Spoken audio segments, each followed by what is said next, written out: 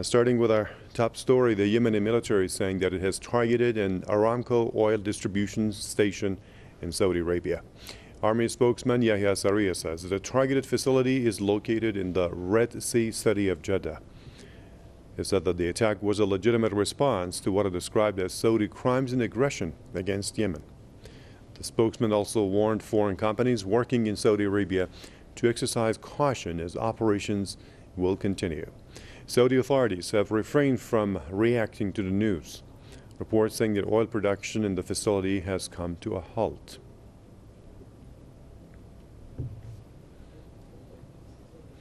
From Niagara Falls, I'm joined by Jason Arujo, who's a political commentator, for his comments on this latest incident against the Saudi oil distribution facility. Jason, over to you.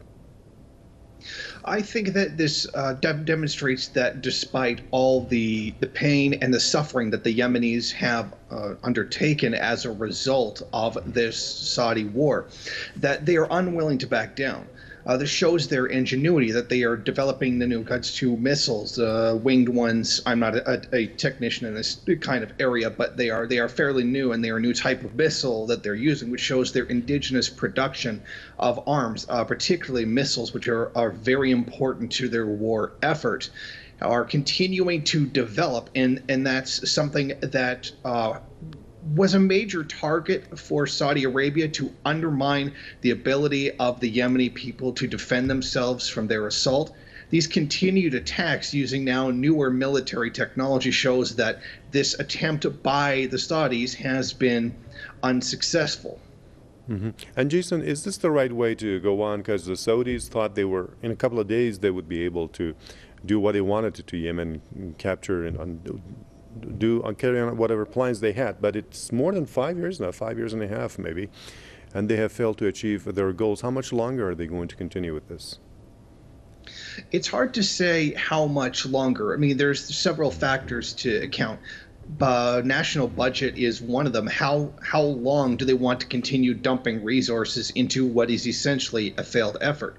Nothing good for Saudi Arabia has materialized out of this. I mean, they've even suffered a significant amount of damage to their own oil production from retaliatory strikes from the Yemenis.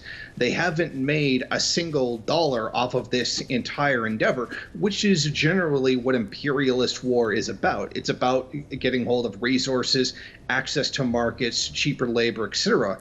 But none of this has materialized for them. This entire endeavor has been one monumental loss.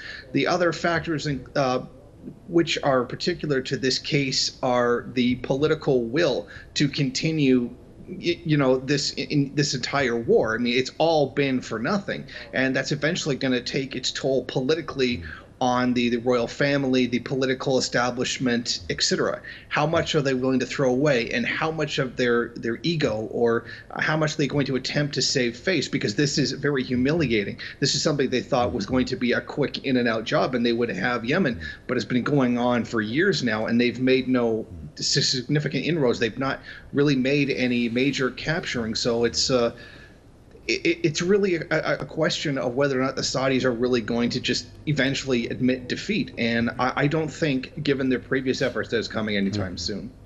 And Jason, do you believe that this is the right course that the Yemenis have adopted? I mean, going on with retaliatory attacks and also trying to upgrade and further improve their missile power? Because the international community, the international organizations have been practically doing nothing. Essentially, they have no other choice. It's not even really, in my mind, a question of whether it's good or bad. It's what's necessary and what's not. And since the entire world, or particularly those who claim to be the champions of human rights, such as the United States, the UK, Canada, Australia, generally speaking, the imperialist world have completely turned a blind eye to this.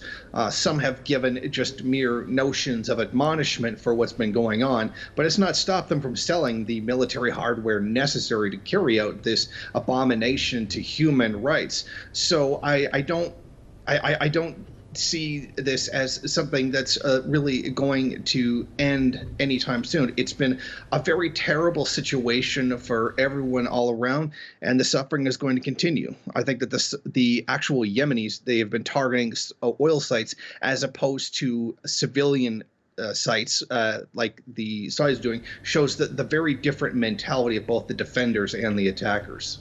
Okay, appreciate your comments. Jason Ruha, political commentator, who joined me from Niagara Falls, Ontario, with his comments.